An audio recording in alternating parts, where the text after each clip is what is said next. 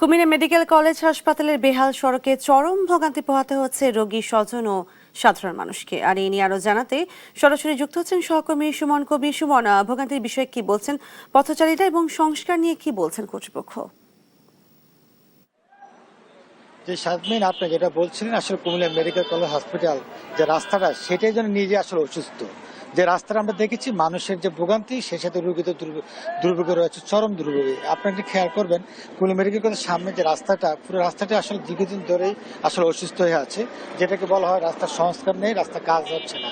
আপনি দেখতে পাচ্ছেন দীর্ঘদিনের এই রাস্তার এই যে সমস্যাটা, যে মেডিকেল কলেজে হসপিটালে যে অ্যাম্বুলেন্স ঘন্টা বা ঘন্টা দাঁড়িয়ে থাকতে দেখা যাচ্ছে, এবং সেই সাথে রোগীদের দুর্ভোগে পড়তে হচ্ছে, এবং যে অ্যাম্বুলেন্স আসতে পারছে না সেটা আমরা দেখতে পাচ্ছেন। আর তুমি জানেন কি, এই যে রাস্তাটার বিষয়টা আসলে দীর্ঘদিন ধরেই যারা কর্তৃপক্ষ তাদের উদাসীনতা দেখাচ্ছে, বিশেষ করে সড়ক ও জনপথ, সাথে এলজিআরডি, তাদের সাথে অনেকবার কথা বলা হয়েছে। আসলে তারা বারবার বলছে এটা সংস্কার সাথে রাস্তাটা পূর্ব কাজ করা হবে। আসলে যে রাস্তাটা পাকা রোড ছিল, সেটা আমরা দেখতে পাচ্ছি আসলে মাটির রাস্তা হয়ে গেছে।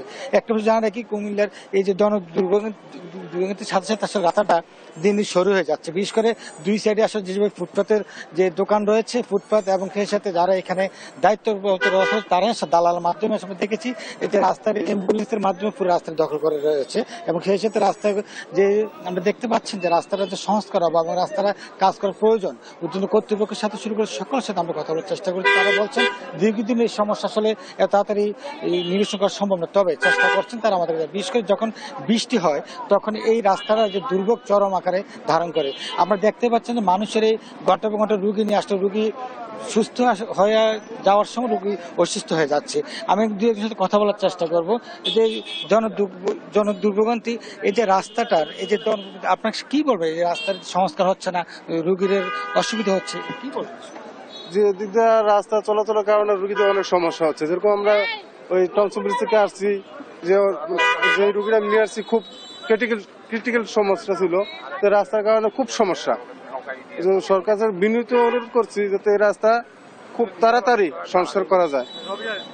কথা বলতেছে, আপনার কাছে কোথা থেকে আসছেন আর রুগী নিয়ে আসা কি ধরনের সমস্যা পড়তে হবে? আমি গতবার একবার আসছি, এখানে রাস্তা খুব সমস্যা, যানজট আছে, আর রাস্তাও খারাপ, অ্যাম্বুলেন্স আসতে পারে না, মস্ত রুগী আছে, তারা খুব কষ্ট পায়। অনেক রুগী আছে মনে করেন হাসপাতাল যাতে মারাও যায়। আমি সরকারের কাছে বিনীত অনুরোধ করছি যে রাস্তাটা যাতে মেরামত করে দেয়।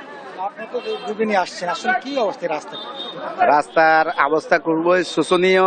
মানুষে এই রাস্তার কারণে মহা কষ্ট পাইতে আছে।